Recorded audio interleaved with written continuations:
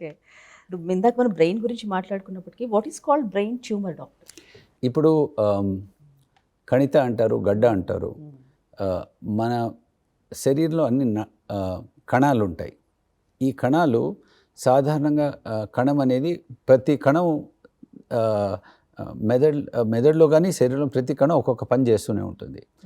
కానీ ఒక్కోసారి కణాలు డ్యామేజ్ అయిపోతే కణాలు మళ్ళీ పెరిగి స్టాప్ అయిపోతాయి. అంటే ఉదాహరణకి సపోజ్ నాకు దెబ్బ తగిలిందండి, ఇక్కడ చర్మం లేచిపోయింది, మళ్ళీ చర్మం పెరిగి మళ్ళీ స్టాప్ అయిపోతుంది. కానీ ఆ పెరుగుదల స్టాప్ కాకపోతే పెరుగుతూనే గడ్డలాగా పెరుగుతుంది. అదేవిధంగా మెదడులో కూడా మనకు కణాలు ఉంటాయి. ఆ కణాల్లో ఒక్కోసారి అకస్మాత్తుగా పెరగటం మొదలవుతుంది అనమాట. అన్కంట్రోల్ మైటోసిస్ అంటాం. అది ఆ గ్రోత్ అనేది కంట్రోల్లో ఉండదు. అప్పుడు పెరుగుతూనే ఉంటే మెదడులో ఇతర నరాల మీద ఒత్తిడి కలిగించి అవి మళ్ళీ డ్యామేజ్ ఉంటుంది.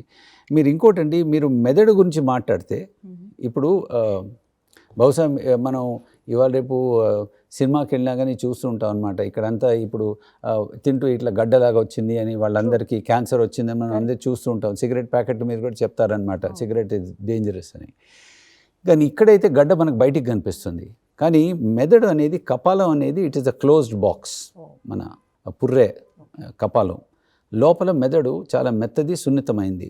దానిలో గడ్డ పెరుగుతూ ఉంటే ఇతర నరాల మీద ఒత్తిడి పెరిగి ఆ నరాలు వీక్ అయిపోతాయి అన్నమాట. అందుకని ఒకసారి చాలా వేగంగా పెరిగితే ఆ నరాలు డ్యామేజ్ అయిపోయి మీకు ప్రాణం కూడా వెళ్ళే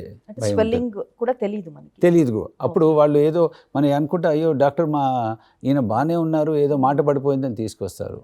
లేకపోతే చేయకాల అప్పుడు బ్రెయిన్ అప్పుడు మనం స్కానింగ్ చేస్తే తెలుస్తుంది అన్నమాట మెదడులో గడ్డ ఉందని.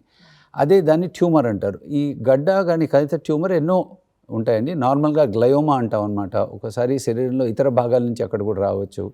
లింఫోమా, మెనింజోమా, పిట్యూటరీ ట్యూమర్స్, అంటే వేరే వేరే విధాలు ఉంటాయి.